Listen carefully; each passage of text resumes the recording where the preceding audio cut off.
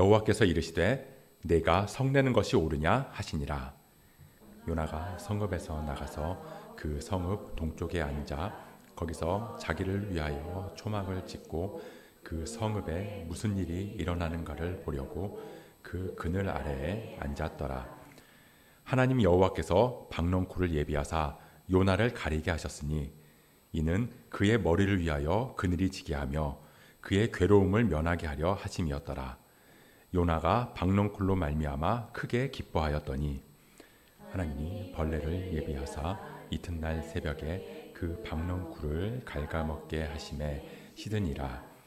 해가 뜰 때에 하나님이 뜨거운 동풍을 예비하셨고 해는 요나의 머리에 쪼임에 요나가 혼미하여 스스로 죽기를 구하여 이르되 사는 것보다 죽는 것이 내게 나으니이다 하니라.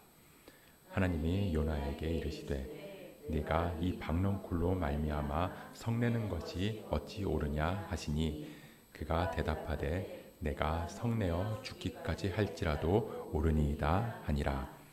여호와께서 이르시되 네가 수고도 아니하였고 재배도 아니하였고 하룻밤에 났다가 하룻밤에 말라버린 이 박넝쿨을 아꼈거든. 하물며 이 큰 성읍 니느웨에는 좌우를 분별하지 못하는 자가 12만 명이요 가축도 많이 있나니 내가 어찌 아끼지 아니하겠느냐 하시니라. 아멘. 여러분들은 배우자가 나를 사랑하는구나, 이걸 언제 느끼시나요? 아, 내 남편이 나를 정말 사랑하는구나. 내 아내가 나를 정말 사랑하는구나. 또 자녀들은 우리 엄마 아빠가 나를 정말 사랑하시는 것 같다. 또 어떤 사람이 나를 정말로 사랑하는 것 같다. 어떤 때 그런 생각이 들까요? 내가 원하는 걸 사줄 때? 그렇진 않겠죠. 보통은 내 말을 잘 들어준다거나 귀 기울여서 내 이야기를 경청해 주거나 나를 배려해 주고 아껴주는 모습들을 보면서 그런 생각이 들기도 할 거고요. 내가 원하는 일을 잘 할 수 있도록 지원해 주고 도와주면서 옆에서 항상 응원하고 격려해 줄 때, 그럴 때 보통 우리는 이 사람이 나를 사랑하는구나 라고 느끼게 되는 것 같아요. 그렇다면 우리가 교회에 다니면서 하나님은 당신을 사랑하십니다 라는 말을 많이 듣게 되는데요. 아, 하나님께서 나를 정말로 사랑하시는구나. 그런 걸 언제 느끼게 될까요? 우리가 가장 쉽게 하나님의 사랑을 느낄 때는 보통은 우리 기도에 하나님께서 응답하셨을 때겠죠. 예를 들어서 내가 이러저러해서 돈이 이만큼이 필요합니다 라고 기도를 했는데 다음날 어떤 모르는 분이 나를 찾아오셔서 하나님께서 마음을 주셨다고 그러면서 나한테 그 돈을 주는 거예요. 또 아니면 어떤 때 하나님께서 나를 사랑하신다라고 느낄 수 있을까요? 내 안에 기쁨이 가득해요. 평강이 충만하게 흘러넘쳐요. 그럼 우리는 감사하죠. 그러면서 하나님이 나를 정말 사랑하셔서 기쁨과 평안을 주시는구나. 아니면 축복받을 때 내가 손대는 것마다 대박을 치는 거예요. 가게를 오픈했더니 사람들이 엄청나게 몰려들고요. 직장에서도 이 맡은 일마다 성과가 높아서 연봉도 쑥쑥 오르고 진급도 팍팍 되는 거죠. 그럴 때 우리는 하나님께서 정말 나를 사랑하시는구나 라고 느끼고 고백하지 않을까 싶어요. 물론 그것도 하나님의 사랑이라고 말할 수 있습니다. 하나님은 우리를 좋은 것으로 채우시고 입히시고 먹이시니까요. 근데 그건 어쩌면 하나님의 크신 사랑 중에서 아주 작은 부분에 불과할 수 있다는 겁니다. 그래서 오늘은 하나님께서 우리를 사랑하시는 방법, 하나님은 우리를 얼마나 사랑하시는가, 그런 주제로 말씀을 나눠보려고 합니다. 첫 번째로는 인격적인 하나님의 사랑에 대해서 볼 거고요. 두 번째로는 교훈하시고 인도하시는 사랑에 대해서 볼 거고, 마지막 세 번째로는 하나님은 그 사랑으로 우리를 얼마나 아끼시는가에 대해서 살펴보겠습니다. 그렇게 해서 이 8주간의 요나서 강해를 오늘로써 마치게 될 건데요. 그 전에 이 지금까지의 요나서의 내용을 다시 한번 간략하게 돌아보면요. 이 하나님께서 요나라고 하는 선지자를 부르셨어요. 이 선지자는 이 하나님의 말씀을 백성들한테 대언하는 사명을 맡은 사람인데요. 이 하나님은 이 선지자 요나를 부르셔서 말씀을 전하게 하신 거예요. 너는 저 큰 성읍 니느웨에 가서 외쳐라. 근데 요나는 니느웨가 아니라 오히려 정반대쪽인 다시스로 내려간 거죠. 일부러 하나님의 말씀을 전하지 않으려고 도망간 거예요. 그렇게 막 배를 타고 다시스로 향하는데 하나님께서 큰 바람과 파도를 보내셔서 막 배가 뒤집히기 직전까지 갔는데요. 그래서 선원들이 요나를 바다에 던졌고요. 하나님은 그런 요나를 미리 예비하신 물고기를 보내셔서 건져주셨습니다. 그리고는 니느웨 앞에다가 데려다 놓으신 거예요. 요나도 생각해보니까 자기가 좀 잘못한 게 느껴졌을 거 아니에요. 물고기 뱃속에서 자기 잘못을 깨닫고 회개했겠다. 그래도 내가 선지자인데 하나님의 명령은 지켜야겠다 싶어서 어쩔 수 없이 하나님의 말씀을 전하는데요. 내키지 않으니까 그냥 딱 한마디만 하거든요. 40일이 지나면 니느웨가 무너지리라.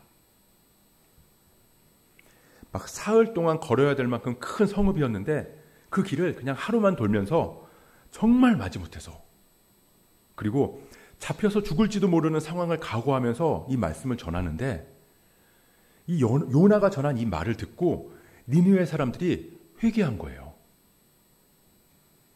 자기들 잘못을 돌이키면서 왕부터 시작해서 모든 백성들이랑 심지어는 가축들까지도 굵은 베옷을 입고 제 위에 앉았다고 기록하고 있습니다.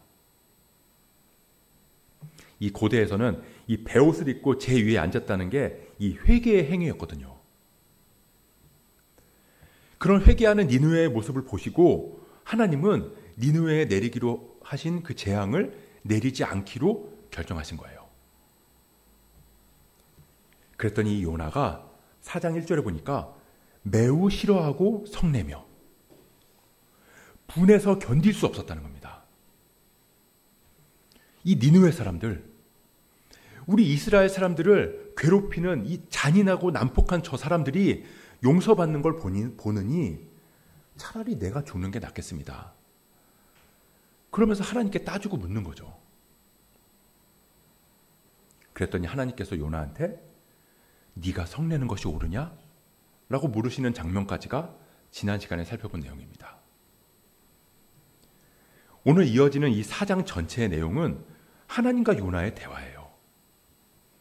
그리고 이 4장은 요나라는 성경을 통해서 하나님께서 우리에게 하고자 하시는 진짜 이야기가 담겨 있다고 할 수 있습니다. 자, 하나님의 사랑의 방법. 첫 번째는 인격적인 사랑입니다. 요나는 하나님한테 분노하고 있어요. 하나님이 니느웨 사람들을 용서하셨다는 게 참을 수 없었던 거죠. 근데 그러면 그냥 성내면서 돌아갔더라 이러면 되잖아요. 근데 요나는 돌아가지 않고 그냥 성읍 동쪽으로 나가서 니느웨 성을 지켜봤다는 겁니다. 5절입니다. 요나가 성읍에 나가서 그 성읍 동쪽에 앉아 거기서 자기를 위하여 초막을 짓고 그 성읍에 무슨 일이 일어나는가를 보려고 그 그늘 아래에 앉았더라. 이 니느웨 사람들이 회개하고 나서 하나님께서 어떻게 이 사람들을 용서해 주셨는지 그런 거는 정확한 기록이 없어서 우리는 잘 모르지만 요나는 하나님께서 용서하셨다는 걸 알았던 거예요. 그리고는 이 성 동쪽으로 가서 초막을 짓고 그 성에 무슨 일이 일어나는가를 살펴봤던 거죠. 아마 이 두 가지 이유가 있지 않았을까 싶어요. 하나는 아직 40일이 안 된 거예요. 그러니까 하나님께서 말씀하신 40일이 될 때까지 기다려보겠다는 마음이었을 거고요. 또 하나는 이 니느웨가 회개했다는데 요나는 그걸 믿지 않았던 거죠. 가짜 회개일 수도 있겠다 싶은 거예요. 자기 버릇 개 못 준다고 금방 다시 죄를 짓고 원래대로 돌아올 수 있을 거라고 생각했던 겁니다. 그래서 보고 있다가 니느웨 사람들이 다시 죄악을 저지르는 모습을 하나라도 발견하면 하나님한테 따지기 위해서 그렇게 기다리고 있었다는 거예요. 니느웨 사람들이 하나라도 잘못하면 그거 보세요, 하나님. 제가 말했잖아요. 저 사람들은 근본부터 다른 사람들이라고요. 잠깐 회개하는 척하는 거지 진짜 회개한 게 아니라니까요. 그러니까 저 니느웨를 제가 보는 눈앞에서 무너뜨려 버리세요. 한마디로 내 판단이 맞았죠. 그렇게 말하고 싶었던 겁니다. 하나님은 실수한 거다. 내가 맞았다. 내가 하나님보다 더 뛰어나다. 게다가 6절을 보면요. 하나님께서 이 박넝쿨을 자라게 하셔서 요나의 머리를 가리게 하신 내용이 나오는데요. 여기서 말하는 박넝쿨이 어떤 식물인지 정확히는 모르지만 어쨌든 이 하루아침에 그 잎이 머리를 자랄 만큼 기적적으로 자라게 하신 그걸 보게 하신 거예요. 그래서 크게 기뻐했다라고 하잖아요. 요나가 크게 기뻐했대요. 이 학자들은 이 니느웨가 이 현재 이라크 북부에 있는 모술 근처에 해당하는 지역이라고 하는데요. 문제는 이 지역이 해가 강해서 굉장히 덥다는 거예요. 저도 안 가봐서 잘 모르지만 자료를 찾아보니까 이 지역이 워낙 건조하고 뜨거워서 이 여름철에는 기온이 40도 이상 올라가고요. 어떤 때는 45도에서 50도까지 치솟을 때도 있다고 하더라고요. 그만큼 더운 지역에서 이 박넝쿨이라고 번역된 이 식물의 잎이 막 한순간에 쑥 하고 자라나서 이 햇볕을 가려주니까 너무 좋았던 거죠. 아마 요나는 니느웨 성을 바라보면서 한 가지 희망을 가졌을지 몰라요. 하나님의 판단이 틀렸기를 바랐던 거예요. 하나님이 틀리고 내 판단이 옳아서 내가 원하는 대로 니느웨가 멸망하기를 바랐던 겁니다. 근데 갑자기 박넝쿨이 자라나서 뜨거운 태양으로부터 자기를 보호해 주니까 요나가 생각한 거죠. 이렇게 성 밖에서 지켜보는 나를 보호해 주시는 걸 보니까 하나님께서도 내 말이 옳다고 여겨주시는구나. 하나님이 내 소원대로 니느웨를 멸망시키려나 보다. 그런 생각이 들지 않았을까요? 내가 뭔가 마음이 불편해서 이건 아닌데 그러면서 하나님을 원망하고 있는데 내가 원하지도 않았는데 뭔가 일들이 막 순조롭게 잘 풀리는 거예요. 막 하나님이 해주셨다고밖에 볼 수 없는 일들이 막 탁탁탁 일어나는 거죠. 그러면 우리도 그런 생각을 하게 되잖아요. 하나님이 내 생각이 맞다고 이런 방식으로 말씀해 주시는 거구나. 이렇게 생각한다고요. 근데 다음날 갑자기 박넝쿨이 다 시들어 버렸어요. 엄청나게 잘 될 것 같았던 일들이 다 어그러지는 거예요. 그러면 우리는 또 이러겠죠. 내가 그럴 줄 알았어. 하나님이 그러실 리가 없지. 요나도 그랬던 거예요. 내가 이럴 줄 알았다. 결국 하나님은 니느웨를 절대 무너지게 하지 않으실 거라는 걸 안 거죠. 그러니 그냥 막 나가는 거예요. 죽는 게 낫다. 8절에 보면 스스로 죽기를 구하여 이르되 스스로 죽고 싶을 만큼 극도로 좌절했다는 거예요. 우리도 그럴 때 있잖아요. 내가 정말 간절하게 원하는 걸 하나님이 결국 들어주지 않으실 때 완전히 내 마음이 무너져서 막 신앙이고 뭐고 막 믿음이고 뭐고 막 나 하나님 안 믿어. 그러면서 막 분노할 때가 있다는 겁니다. 하나님이 더 이상 내 편이 아니라고 생각이 되거든요. 그게 견딜 수 없을 정도로 싫은 거예요. 그러다 보니까 내가 의지하고 소망하는 것들이 다 사라지는 것처럼 느껴진다는 거죠. 더 이상 희망이 없다. 그렇게 요나가 성을 낼 때 하나님께서는 요나에게 어떻게 대하시나요? 우리 9절 말씀을 보도록 하겠습니다. 4장 9절 말씀. 같이 읽어볼게요. 시작. 하나님이 요나에게 이르시되 내가 이 그가 대답하되 내가 성내어 죽기까지 할지라도 옳으니이다 하니라.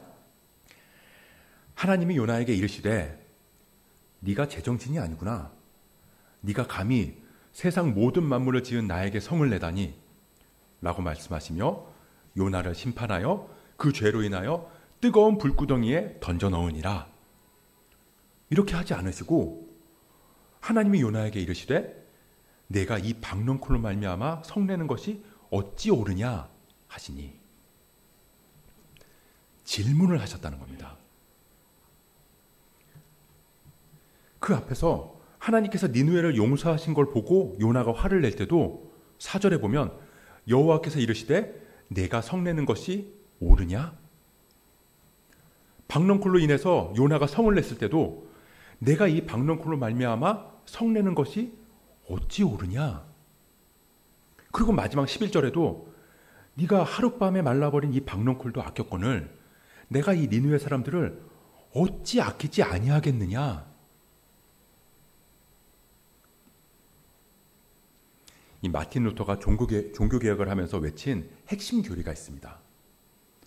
다들 많이 아실 거예요. 오직 성경, 오직 믿음, 오직 은혜, 오직 그리스도. 이 16세기 초에 이 중세 가톨릭이 부패해서 면죄부, 면벌부라는 걸 만들어서 팔면서 막 구원을 돈으로 사고 팔 수 있는 걸로 왜곡해서 그렇게 하는 일들이 벌어지니까 루터가 아니다. 구원은 오직 성경으로, 오직 믿음으로, 오직 은혜로, 그리고 오직 그리스도를 통해서만 가능하다. 그렇게 강조했던 건데요. 근데 시간이 지나면서 이 말들조차 사람들이 또 왜곡하기 시작한 거예요. 오직 믿음이 그냥 묻지도 따지지도 않는 무조건적인 믿음이라고 생각하는 거죠. 내 행위나 내 공로가 아니라 오직 믿음으로 구원받는다는 이 말을 내가 믿기만 하고 내가 믿는다고 말하기만 하면 다 구원받는다. 그러니까 잘 믿어지지 않아도 믿는다고 말하기만 해라. 뭔지를 몰라도 그냥 영접한다고 해라. 그러면 일단 구원받는다. 이렇게 변질돼 버렸다는 거예요.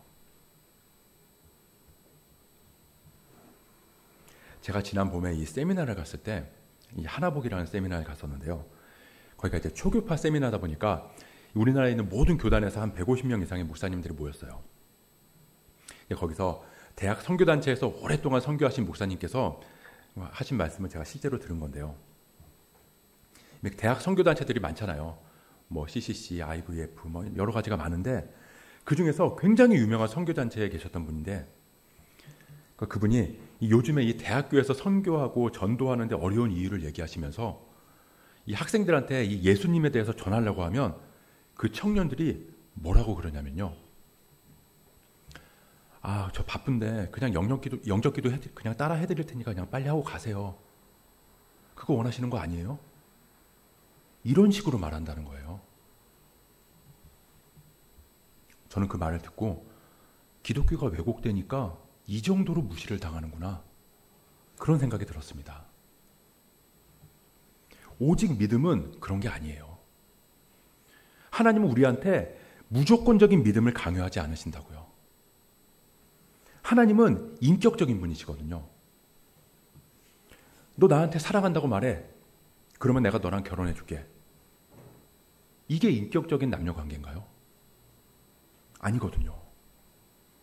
내가 너를 얼마나 사랑하는지를 고백하고 내가 너를 얼마나 아끼고 너로 인해서 얼마나 행복한지를 계속 속삭이면서 아껴주고 기쁠 때나 슬플 때나 항상 함께 해주고 때로는 선물도 주고 때로는 사랑하는 마음에서 충고도 해주고 그러면 그 사랑을 마음으로 느낀 상대방이 나도 너를 사랑해 라고 고백하게 되는 거죠. 그러면서 말하지 않을까요? 그래, 결혼은 조건이 아니라 오직 사랑이야. 오직 사랑은 그런 거예요. 오직 사랑이니까 너 나 사랑한다고 말해. 사랑한다고 말해야지만 결혼할 수 있어. 이건 아니잖아요.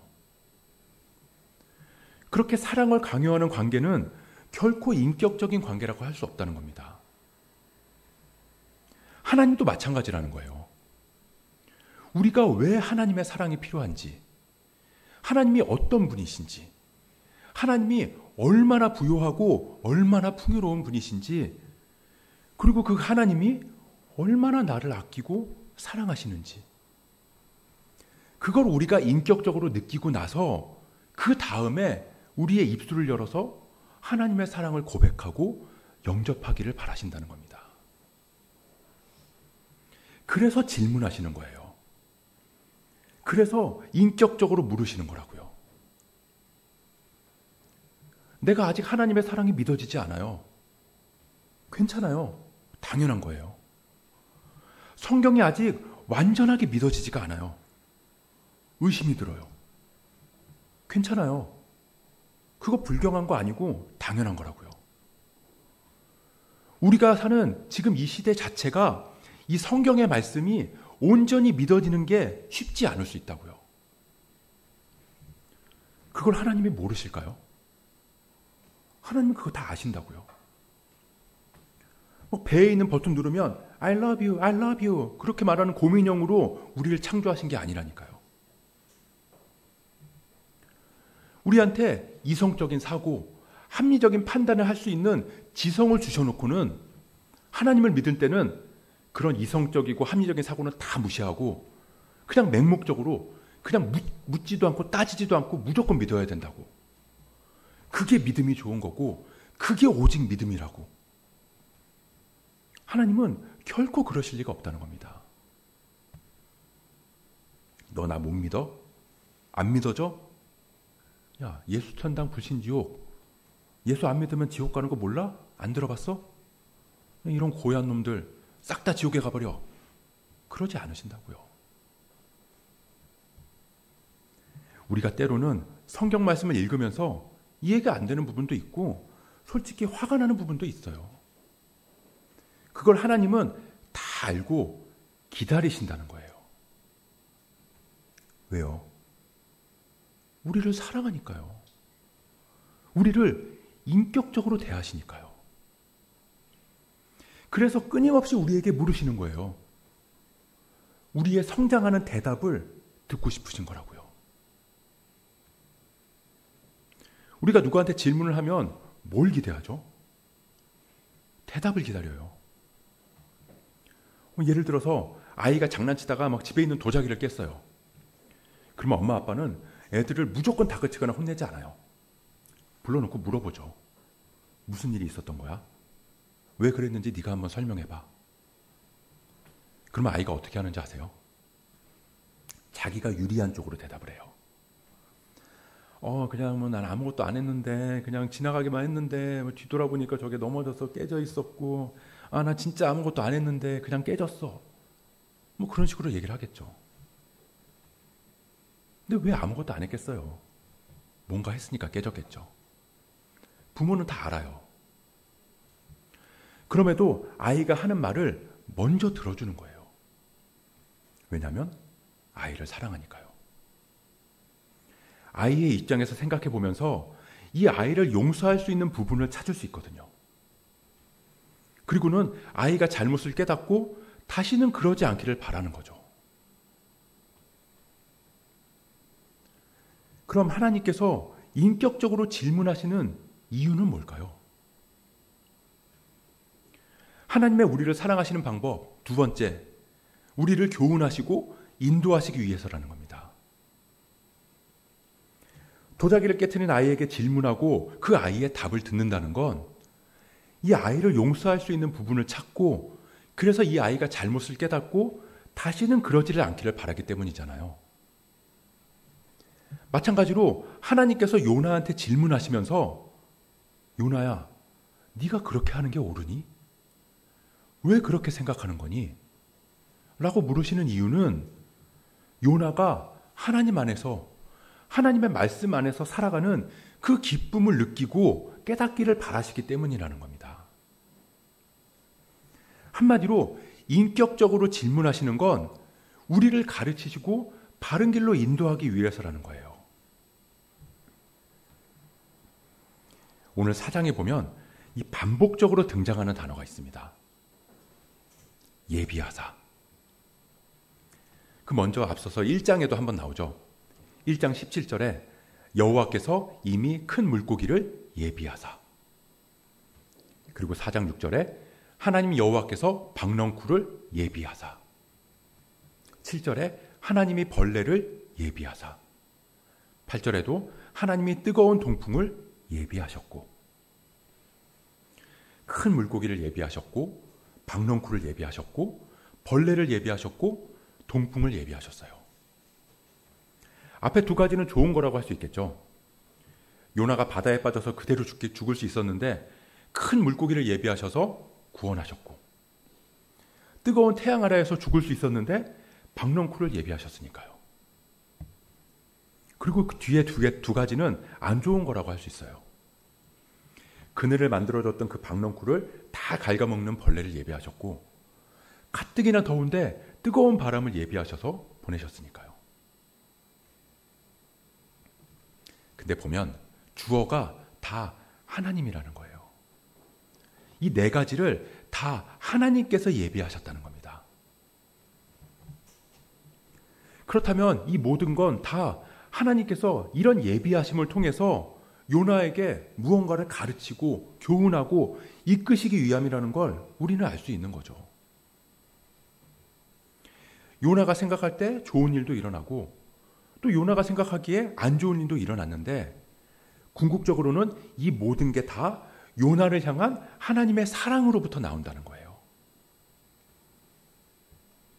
우리도 살다 보면 뭐 때로는 좋은 일들도 일어날 때가 있고 반대로 안 좋은 일들도 일어날 때가 있잖아요. 뭐 어떤 때는 막 누가 봐도 야, 이건 정말 하나님께서 도와주신 거다, 그렇게 고백할 만한 일도 있고, 또 어떤 때는 야, 하나님이 있다면 정말 나한테 이런 일이 일어날 수 있을까? 그렇게 생각되는 일들도 있다고요. 근데 요나랑 마찬가지로 하나님께서는 우리를 가장 안전한 곳, 가장 만족과 안식을 누릴 수 있는 곳으로 인도하시기 위해서 때로는 우리의 삶이 흔들리는 것 같은 일들, 우리 눈에 안 좋게 보이는 일들이 일어나도록 그렇게 하실 때가 있다는 거예요. 근데 그건 진짜 안 좋은 일이 아니라 당장 우리 눈에는 안 좋게 보이는 것들인 거죠.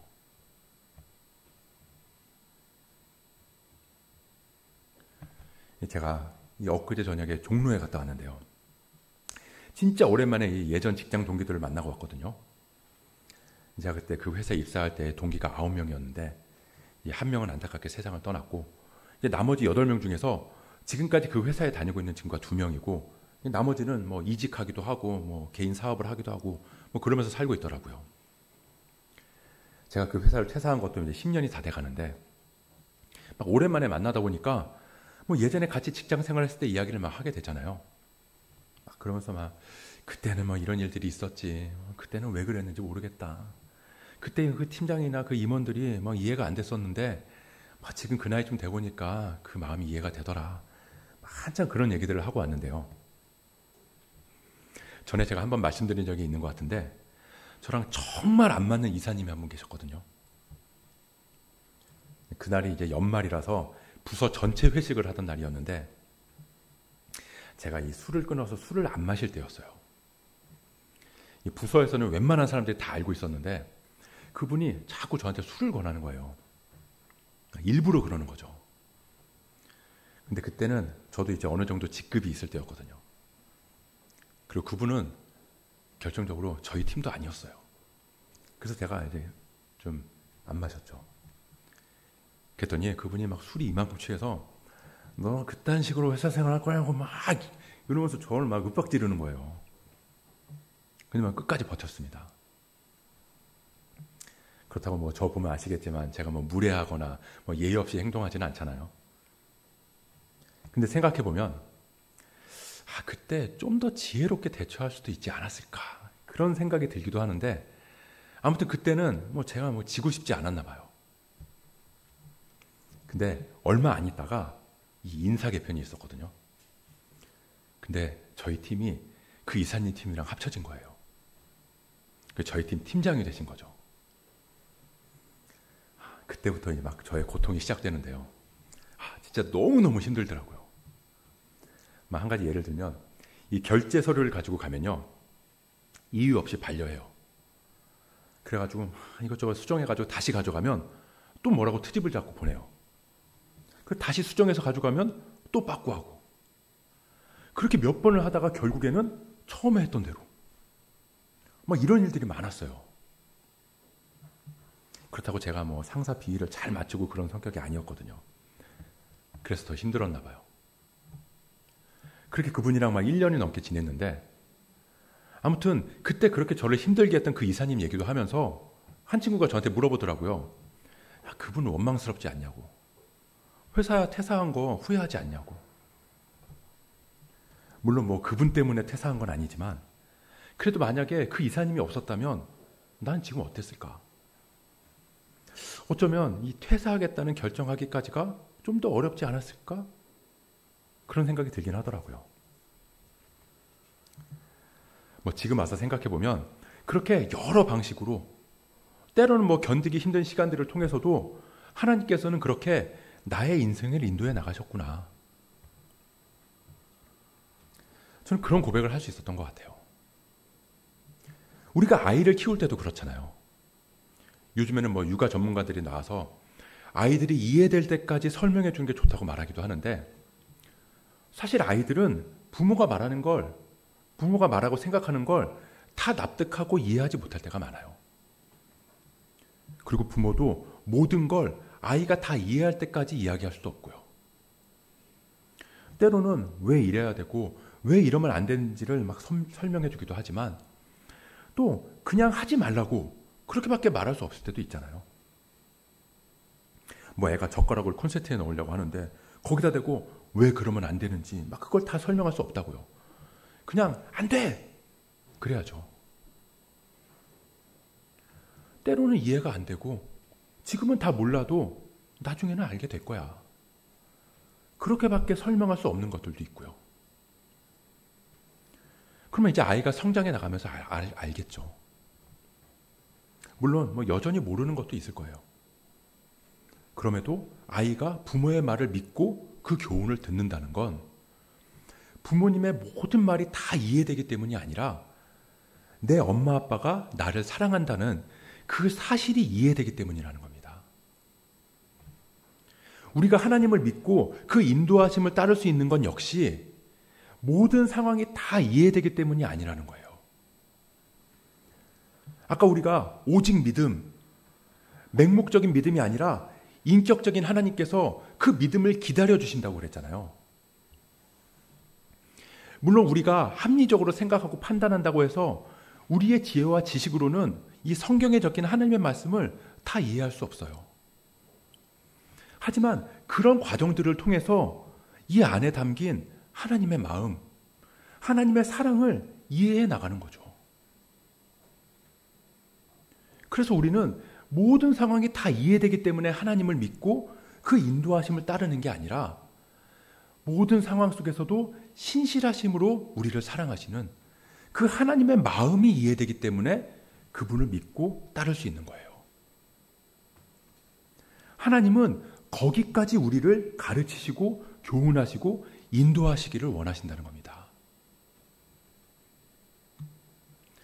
그렇게 하나님께서 우리를 사랑하시는 방식은 인격적으로 대하심으로 그리고 예비하신 일들을 통해서 교훈하시고 인도하심으로 드러내신다는 거예요.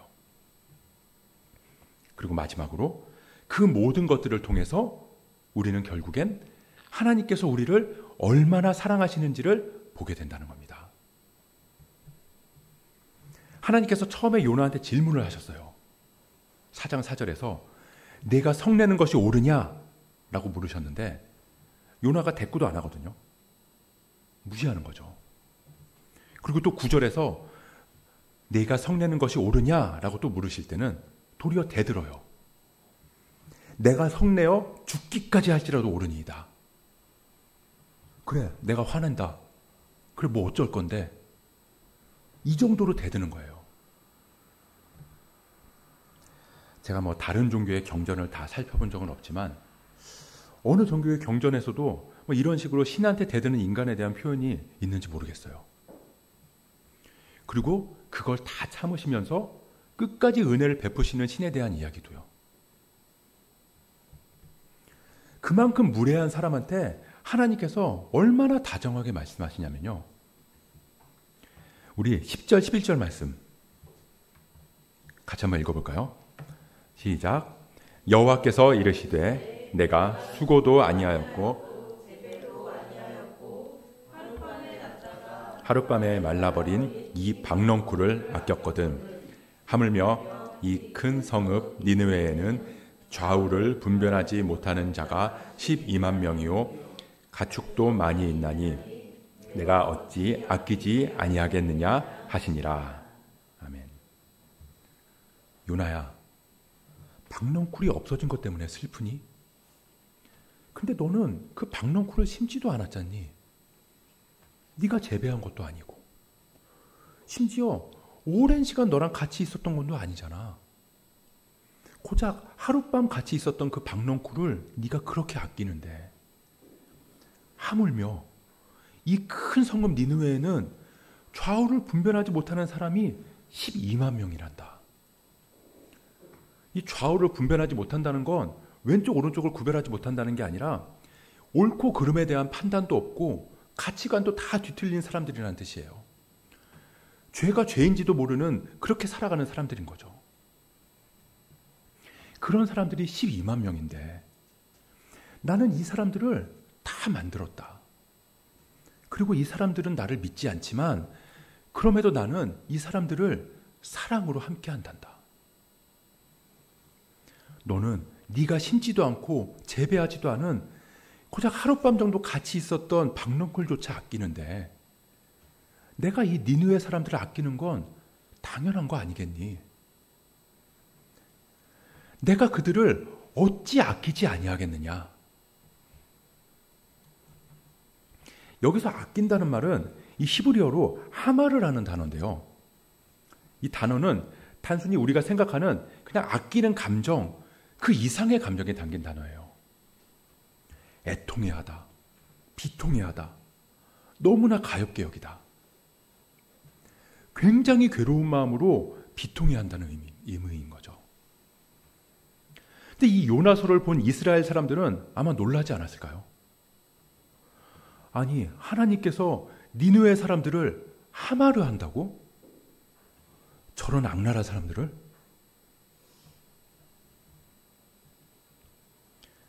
우리는 이 하나님의 크신 사랑을 마주할 때 그걸 감당하지 못할 때가 있습니다. 아니, 하나님의 사랑이 크면 클수록 좋은 건데 그걸 왜 감당 못하나?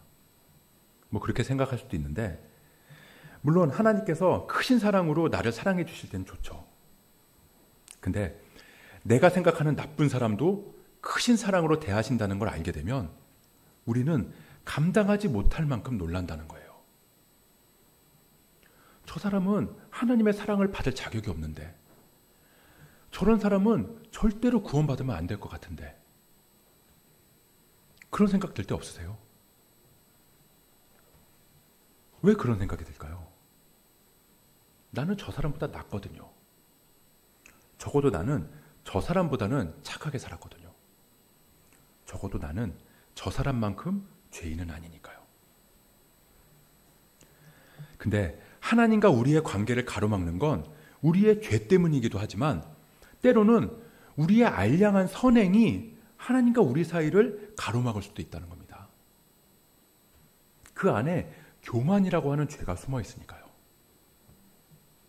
그럼 하나님께서 물으시겠죠. 그럼 너는 근본적으로 나은 사람이기 때문에 그 사람이 지은 죄를 안 지은 거니?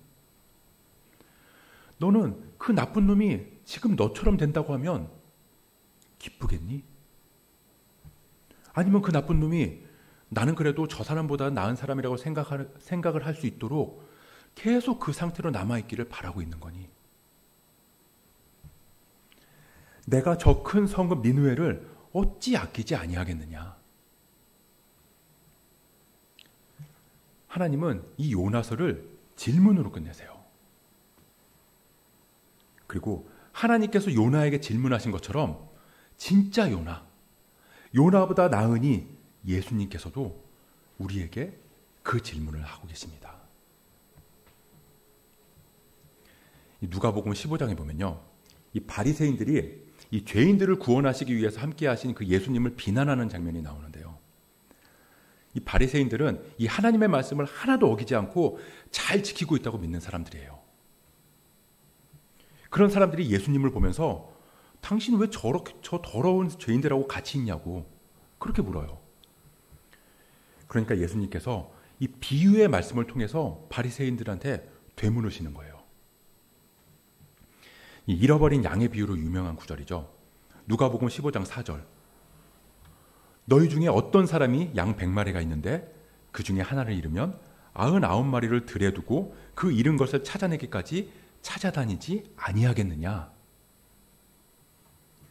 이어서 잃어버린 드라크마 비유. 이 드라크마는 이 화폐 단위 중에 하나인데요. 어떤 여자가 10 드라크마가 있는데 하나를 잃으면 등불을 켜고 집을 쓸며 찾아내기까지 부지런히 찾지 아니하겠느냐. 그리고 마지막에 이어서 흔히 돌아온 탕자의 비유라고 알고 있는 잃어버린 아들들의 비유를 하세요. 어떤 아버지한테 2명의 아들이 있었는데요. 이 둘째 아들이 완전히 날라리인 거예요. 자기한테 상속해줄 재산을 지금 달라고 막 떼를 부려서 그걸 가지고 나가서 다 탕진한 거죠. 그리고는 막 거지처럼 지내다가 막 그 삶을 후회하면서 그냥 아버지 집에 돌아가면 거기서 품꾼도 잘 먹고 잘 사는데 그냥 나를 품꾼처럼 써달라고 해야겠다. 그런 생각을 하면서 아버지한테 돌아와요. 그랬더니 아버지가 그 아들을 얼싸안으면서 죽었던 아들이 돌아왔다고. 그러면서 잔치를 베풀어요. 그랬더니 계속 아버지랑 함께 있었던 그 큰아들이, 첫째 아들이 분해서 화를 내는 거예요. 나는 둘째를 용서한 아버지의 그 은혜를 받아들일 수 없다고. 그랬더니 아버지가 묻는 거죠. 내 동생은 죽었다가 다시 살아났고 잃었다가 다시 찾았으니 우리가 즐거워하고 기뻐해야 하지 않겠느냐. 하나님은 이 요나의 이야기를 질문으로 끝내시면서 누가 하나님의 사랑을 깨닫기를 원하셨을까요? 물론 니느웨겠죠. 그리고 그보다 먼저 요나가 하나님의 한없는 사랑을 깨닫기를 바라셨을 거예요. 그리고 진짜 요나이신 예수님도 그 한없는 사랑이 결국은 우리를 향하고 있다는 걸 말씀하고 계시는 거죠. 예수님께서 비유의 말씀을 죄인들한테 하신 게 아니라니까요. 바리새인들한테 하신 거예요. 죄인들만 잃어버린 양이라고 생각하는데 바리새인들 사실은 너희들이 잃어버린 양이야. 돌아온 탕자 둘째 아들만 잃어버린 아들이라고 생각하는데 첫째 아들 사실은 네가 잃어버린 아들이야. 니느웨만 멸망당해야 하는 성읍이라고 생각하는데 예루살렘 사실은 너희들이 멸망당해야 하는 사람들이야. 결국 하나님의 한없는 사랑으로 구원받은 건 니느웨뿐만 아니라 요나, 바로 자기 자신이라는 거죠. 그래서 하나님의 사랑을 알아가는 사람일수록 인격적으로 하나님을 만나고 사랑이신 하나님이 이해되어가는 사람일수록 그 안에 항상 질문이 일어나는 거예요. 내가 이렇게 행동하는 게 맞나? 내가 이렇게 말하는 게 맞나? 내가 이렇게 생각하는 게 맞나? 믿음 좋은 사람은 성경을 통해서 바리새인처럼 다른 사람들을 정죄하면서 이 죄는 더러운 죄니까 절대 구원받으면 안 되고 이 일은 선한 일이니까 어떤 수단과 방법으로도 해야 돼. 이러지 않는다고요. 이건 확실한 죄구나. 그렇다면 예수님이라면 이 죄를 어떻게 대하실까? 이 죄인들을 어떻게 구원하기를 바라실까? 이건 선한 일이구나. 그렇다면 예수님은 이 선한 일을 어떤 방법으로 이루어가기를 원하실까? 그래서 우리가 성경을 읽고 말씀을 듣는 거예요. 그냥 성경 지식 얻으려고 하는 게 아니라고요. 하나님은 이 말씀을 통해서 내가 어떻게 하나님의 자녀로 살아가기를 원하실까? 예수님이라면 어떻게 하셨을까? 하나님을 믿는 건 성경 안에 담긴 글자를 있는 그대로 무턱대고 짜맞추면서 내 지식으로 이해하려고 하는 게 아니라 말씀 안에 담긴 하나님의 사랑을 이해하고 그 안에서 인격적으로 우리에게 질문하시고 말을 걸어오시는 하나님을 알아가는 거. 그게 믿음이에요. 그래서 믿음 좋은 사람은 교만하지 않고 오히려 겸손하고요. 믿음 좋은 사람은 남을 함부로 판단하거나 정죄하지 않을 수 있고요. 믿음 좋은 사람은 여기저기 떠도는 거짓 가르침에도 휘둘리지 않고 분별할 수 있는 거예요. 왜냐하면 그 말씀을 다 이해 못해도 하나님은 나를 사랑하시고 나를 옳은 길로 인도하시는 분이라는 건 이해하니까요. 그리고 그분이 항상 내 마음에 인격적으로 질문하시거든요. 근데 요즘에 그게 다 깨진 것 같아요. 거룩이랑 경건을 엉뚱한 데서 찾고요. 죄를 내 안에서가 아니라 저 멀리 어디 밖에서 찾아요. 비본질적인 걸 복음으로 생각하면서 거기에 목숨을 걸고요. 그런 요나 같은 우리한테 주님은 물으세요. 네가 성내는 것이 옳으냐? 그게 진짜 그리스도인의 모습이냐? 네가 그렇게 말하고 그렇게 행동하고 그렇게 생각하는 게 진짜 옳으냐? 우리 안에 하나님의 이 질문이 다시 들려지기를 축복합니다. 주님이라면 어떻게 하실까? 이 인격적인 질문이 우리를 하나님의 사랑으로 이끌고 그 크고 풍성한 사랑에 우리가 입술을 열고 마음을 열고 삶을 열어서 날마다 우리의 믿음을 고백할 수 있기를 주님의 이름으로 축복합니다.